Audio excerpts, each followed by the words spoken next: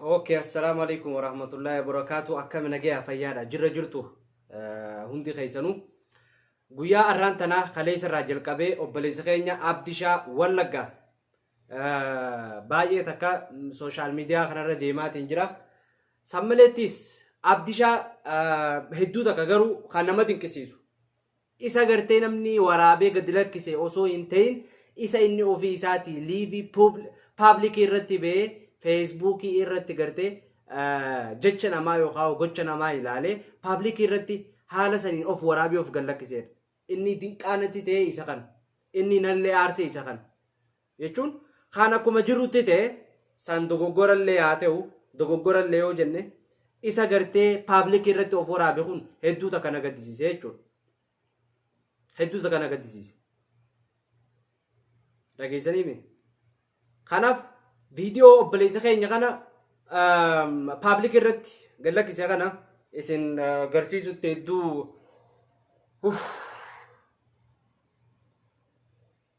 hedduu waan namoonni juu kanaaf mee waan namoonni juu fi waan inni juu shamarranoo kanaan dura video kun osoo gadi hin bahin dura maal jechaanii turan abdishaadhaan waan isaatis ni dhaggeeffannaa waliin dhaggeeffanna. Dubartiin isheen biyyaa jedhee bari eewdanii gurbaan abdiishaa jedhan sun dubartiin isheen biyyaa yoo ti gammachiiste yoo ti gammachiisne afaan ishee qabattee si wajjin jiraatti.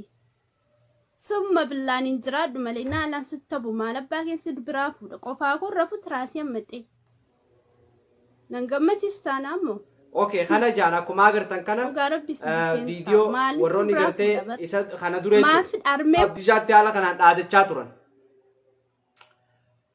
Abdishaan video isaa kana irratti wanni baay'een dubbachaa jiru xiyyeeffatee jechuudha. Miciyyoon tun akka gartee wayim nafuudhii yoo nan fuune waan kana gadi lakkisaa akka waan doorsifamaa ture na fakkaata akka gartee abdishaan dubbatutti yookaan ammoo abdishaan irraa dhageenyetti doorsifamaa ture abdishaan jechuun abdishaan doorsifamaa ture. Maaliif yoo jettan video inni haasa'urraa ragaa guddaa fudhachuu dandeenya. Yeroo baay'ee wanni inni dubbatu maali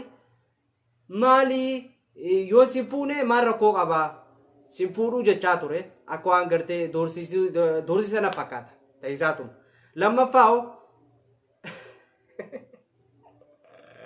waan akka waa godhuu dadhabuu minaami waan kana dubbata obboleessa kiyya obboleettii tiyya waan dhaamsita akkaan siidhaama namni tokko akkuma fedhees ta'e erga ol jaalate wanna fedhe waliin raawwata jaalala keessatti inni wanni dogoggoraan dhufe akka dogoggoraan dhufti. Inni immoo akka jaalalaan dhufti. Kanaaf namni tokko erga wal jaalate gaafa wal jibbe dhiironni yeroo shamarran amma eegalan malee shamarran duraan akka kanan qaban. Amma shamarraniitu eegalee jechaadha waan kana. Wanni kun garuu waan ta'uu hin qabne.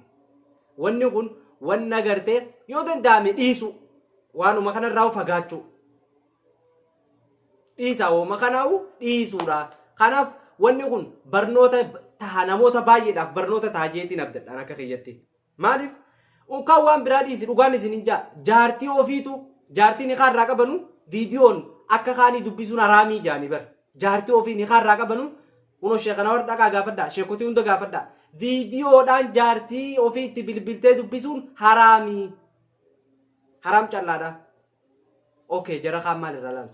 Jaartii teetu hijaaba uffattee si dubbisuu qabdi. Hijaaba uffattee si dubbisuu qabdi. Okay?